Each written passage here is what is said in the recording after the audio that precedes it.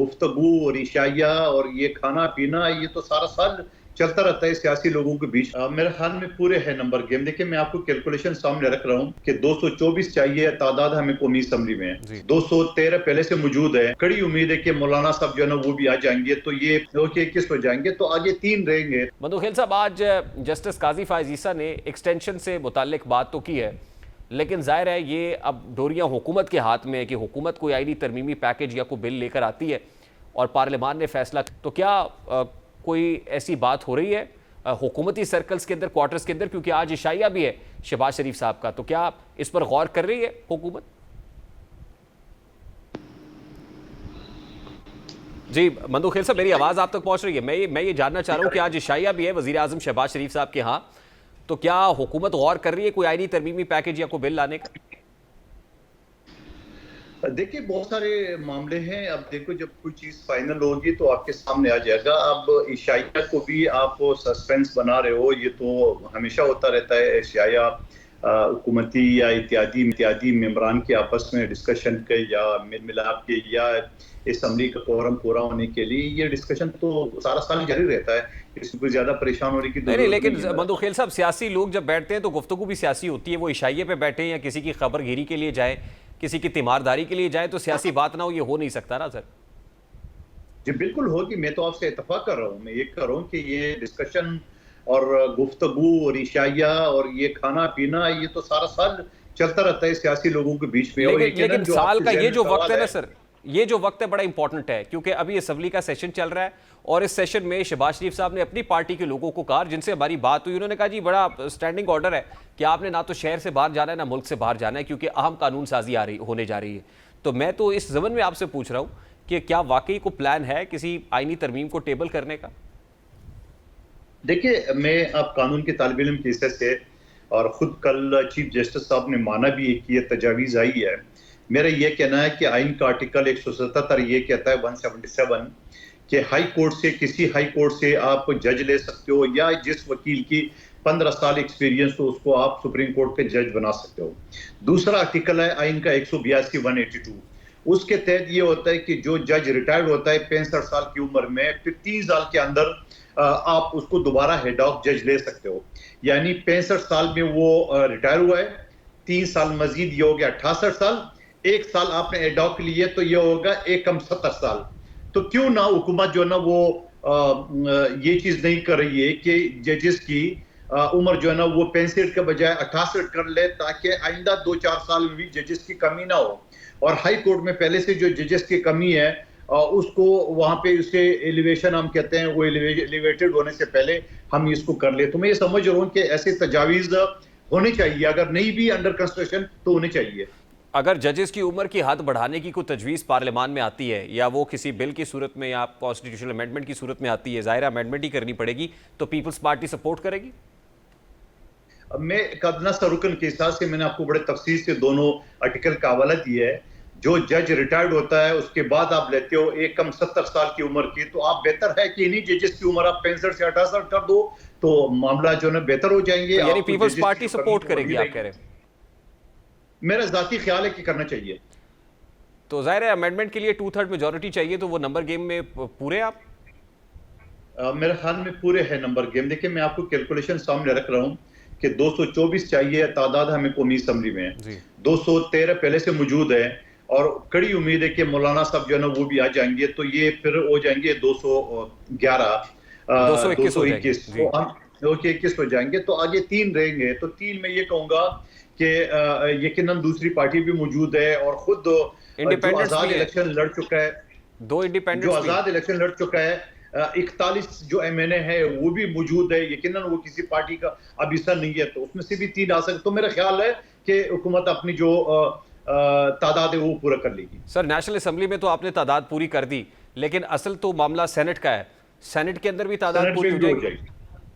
Senate में भी हो जाएगी। अगर मौलाना साहब ने साथ दे दिया तो सेनेट में वैसे हो जाएगी, हमें किसी और की भी जरूरत नहीं पड़ेगी। वो सेनेट में तो पहले से हमारी तादाद है।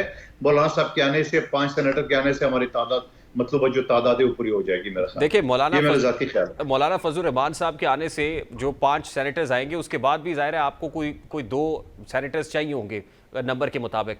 तो मैं ये समझ रहा हूँ कि जो जो अच्छी चीजें होती है उसको सपोर्ट करते हैं। आप देख रहे हैं अमेरिकन सदारत में रिपब्लिकन जो कैंडिडेट था उसने डेमोक्रेट्स को जो है ना वो सपोर्ट कर दिया है। डिक चेनी के मैं नाम ले रहा हूँ, उनकी बेटी ने, उनके फैमिली ने, और उन्हें खुद जो है ना वो उसको ट्रम्प उसकी पार्टी को डेमोक्रेटिक कैंडिडेट को जो है ना वो सपोर्ट कर दिया। तो मैं समझ रहा हूँ यहाँ भी ऐसे लोग मौजूद हैं जो अच्छी तजावीज हो, जो अच्छी चीज हो तो उसको सपोर्ट करेंगे। और यहाँ सिर्फ पीटीआई नहीं है, बाकी जमातें भी है। तो ये मौलाना फजल रहमान की अनकंडीशनल सपोर्ट होगी सर? देखिए, मौलाना का फजल रहमान की कंडीशनल या अनकंडीशनल तो ये तो बात की बात है, लेकिन आप देख रहे हैं पुख्तनख्वा का जो तर्जुमान था बैरिस्टर सैफ, उन्हें तो बड़ी गलत अल्फाज में कल परसों उनको नवाजा कि मौलाना मुफादात की सियासत करे। तो मुझे तो नहीं लग रहा है कि मौलाना जो है ना वो पीटीआई के साथ जाएगी। वो यकीनन मौजूदा हुकूमत के साथ, एहतियातियों के साथ जाएगी, जो पहले भी इसी एहतियात का सरबराह भी रह चुके हैं मौलाना साहब पीडीएफ का।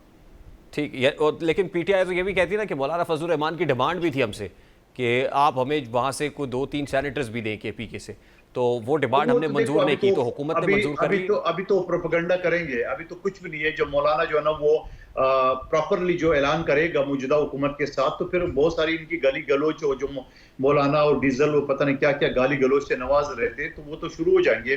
तो उसे तो आप उम्मीद रखें, ये पीटीआई की यही जबान होती है। और इन गाली गलोच के बावजूद जो ना इनके दर पे जो ना 9 चक्कर जहां तक मुझे याद है कि पीटीआई ने लगाई है, लेकिन मौलाना ने हरी झंडी दिखाई है। यकीनन मौलाना की जो सीटें हैं खैबर पख्तूनख्वा में, उसकी बेनिफिशरी जो है ना वो पीटीआई है। सिंध में तो पहले से इनका कुछ नहीं था, पंजाब में पहले से कुछ नहीं था, बलूचिस्तान में माजी ज्यादा सीटें मौलाना साहब के पास है, तो उनको सूट करता है मौजूदा जो हुकूमती इत्तेहाद है बजाय पीटीआई के। तो मधु खेल साहब, मौलाना फजल रहमान हुकूमत में बाज़ाब्ता शमूलियत का ऐलान भी कर सकते हैं, आप ये कह रहे हैं? मेरा ख्याल है, मुझे उम्मीद है कि वो कर लेंगे। इस वजह से उनको सूट करता है कि खैबर पख्तूनख्वा में वहाँ पे यकीनन उनको पीटीआई जो है ना वो कुछ नहीं मिल रहा है। बलूचिस्तान में इनकी 12 एमपी है, वहाँ इतिहाद से बाहर है। तो मैं समझ रहा हूँ कि और मौजूदा हुकूमत को जरूरत भी है मौलाना साहब की सिस्टम को, तो मेरे ख्याल में हुकूमत को एडजस्ट करना चाहिए। और मौलाना साहब को उनकी पार्टी को तो इसमें कोई बुराई नहीं है, सियासी पार्टियों में इस तरह के जो चीजें है वो हो जाती है। चले, हुकूमत तो एडजस्ट करने का इरादा रखती है, लेकिन मौलाना तो कहते हैं कि अगर वो हुकूमत में शामिल हुए तो ये उनका पॉलिटिकल सुसाइड होगा। नहीं सुसाइड होगा। देखो, तो पहले इसी एहतियात का सरबराह रह चुका है मौलाना साहब। पिछले 16 महीने की जो पीडीएम की हुकूमत थी, मौलाना साहब शामिल थी हुकूमत में और इसी एहतियात के सरबराह थे। लेकिन उनका शिकवा है ना सर कि पीडीएम इत्तेहाद में तो थे, लेकिन अब जो किया इत्तेहादियों ने इस इलेक्शन के अंदर वो को ठीक नहीं किया, और उससे मौलाना को बहुत नुकसान पहुंचा, और वो समझते हैं कि ये जो असम्बलियां ये जाली हैं, ये धांधली की पैदावार। नहीं, देखिए मैंने तो दलाल के साथ बात की है। मौलाना साहब को जो सीटें छीनी गई या जो दी गई है वो पीटीआई को दी गई है। डी खान से आगे पीछे पुख्तनख्वा में मौलाना की सीटें पीटीआई को दी है। यहाँ सिंध में तो मौलाना का कुछ नहीं था पहले से। बलूचिस्तान में मौलाना माजी से ज्यादा सीटें ले चुके हैं। खुद मौलाना साहब बलूचिस्तान से उसको सीट मिली है, अपने इलाके से नहीं मिली है। मेरे आबाई इलाके जोब में, वहाँ जो मौलाना साहब का कैंडिडेट था फॉर्म 45 और 47 दोनों में हारा हुआ था, और वो खुशहाल खान काकड़ जो है जीता हुआ था। 2 दिन बाद फॉर्म 47 दोबारा आ गया। तो मैं ये समझ रहा हूँ कि मेरे अपने गाँव के जो सीट है सुबाई का, वहां मौलाना साहब का एमपी 35 साल बाद आ चुका है। तो मौलाना साहब को तो बलूचिस्तान में माजी ज्यादा सीटें मिली है। अगर उसको शिकस्त हुई है या उनको उनके साथ धांधली कराई गई है तो वो खैबर पख्तूनख्वा में और उसकी बेनिफिशियरी पीटीआई है। तो मैं समझ रहा हूँ मौलाना साहब को मौजूदा हुकूमत ज्यादा सूट करेगी एहतियात की सूरत में। तो इसका मतलब तो ये बड़ी कन्विंसिंग सिचुएशन है आपके लिए कि नंबर गेम भी पूरी है, तरमीम भी हो जाएगी, तो जस्टिस काजी फायज ईसा को फिर एक्सटेंशन भी मिल जाएगी। मद्दू खेल साहब, नहीं, एक्सटेंशन देखो, एक्सटेंशन आप नहीं कह सकते हो। अगर जजेस की उम्र बढ़ाई जाएगी तो वो वैसी उसकी एज बढ़ जाएगी और एज के हिसाब से वो रहेंगे चीफ जस्टिस। और अगर वो जैसे कल उसने बयान दिए, अगर वो इस्तीफा दे दे तो इस्तीफा तो कोई भी जज दे सकता है, किसी को दे सकते हैं, आज भी दे सकता है। लेकिन मुझे नहीं लग रहा है कि जस्टिस फायज ईसा साहब बाकी जो ब्रदर जजेस है वो उनको मजबूर करेंगे, क्योंकि जब एज बढ़ रही है तो कानून के तहत बढ़ रही है, किसी को कोई फायदा नहीं हो रहा है। अगर जस्टिस मंसूर अली शाह का जो टेन्योर है 3 साल का, तो वो 6 साल बढ़ जाएगा, यानी 3 साल सीनियर प्यूनी जज होंगे और 3 साल चीफ जस्टिस रहेंगे। तो मैं समझ रहा हूँ कि उनको भी नुकसान नहीं है, बाकी जजेस को भी नुकसान नहीं है, बल्कि जो रिटायर होने वाले हैं 1 आध साल में तो उसको मजीद 3 साल मिल जाएंगे। तो लेकिन आज जस्टिस काजी फायज ईसा ने कहा ना कि बाकी चीफ जस्टिस को आपने बेशक एक्सटेंशन देनी है तो दे दे, मैं ऐसा नहीं करूंगा। तो ये तो जस्टिस काजी फायज ईसा कह रहे हैं। कहता हूँ ये एक्सटेंशन नहीं है। मैं दोबारा आपसे गुजारिश करूंगा, ये एक्सटेंशन नहीं है। ये जब एज बढ़ जाती है, जब सरकारी मुलाजमीन की जब एज बढ़ जाती है तो ऑटोमेटिकली वो एज में ज़ाहिर है टेन्योर भी एक्सटेंड हो जाएगा ना सर। एक्सटेंशन नहीं कहते हैं। सर टेन्योर एक्सटेंड इसको होगा तो उसको extension एक्सटेंशन, चले आप उसको एक्सटेंशन ना कहें, यूं कह लीजिए कि उनका ना, टेन्योर बढ़ जाएगा, उसको टेन्योर अंग्रेजी में बढ़ जाएगा एक्सटेंशन अब ही ये कहते हैं ना कहते हैं। सर। अब जी अब जी अब जी अब अब बिल्कुल। Sir lastly and very quickly, अगर ये मामला नहीं होता, ये जस्टिस काजी फायजी से इनकार करते हैं, तो कहीं ऐसा प्रपोजल भी है कि एक पैनल ऑफ जजेस, यानी जैसे chief of the army staff की अपॉइंटमेंट होती है कि 5 लोगों का नाम होता है या 6 का होता है, उसमें से एक पिक करना होता है, तो क्या सीनियर प्यूनी जज होते हैं ना, अभी तो सुप्रीम कोर्ट के लिए ज़ाहिर है वो चीफ जस्टिस होते हैं नेक्स्ट इन द लाइन, अगर ये नहीं होता तो कोई 5 का पैनल भी है कि उसमें से पिक किया जाए, हुकूमत की सवाबदीद है कि किसको चीफ जस्टिस बनाना है, कोई ऐसी तरमीम भी हो सकती है? मेरे ख्याल में अगर नहीं है तभी होना चाहिए, इस वजह से कि आर्मी चीफ का अपॉइंटमेंट इसी तरह होता है और दुनिया भर में जजेस का जो जो अपॉइंटमेंट होता है वो बेस्ट से बेस्ट वो होता है, वो बेस्ट से बेस्ट यही होता है कि आपके पास एक 5-6 का पैनल आता है, उसमें से आप चूज करते हैं जस्ट आर्मी चीफ का।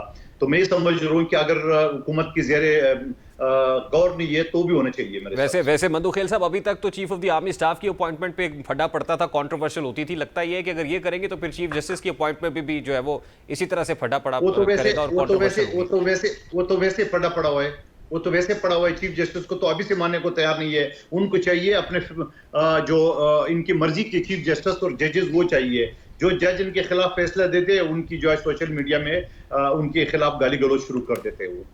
मंदू खेल साहब बहुत बहुत शुक्रिया। I have to take a break sir. Qadir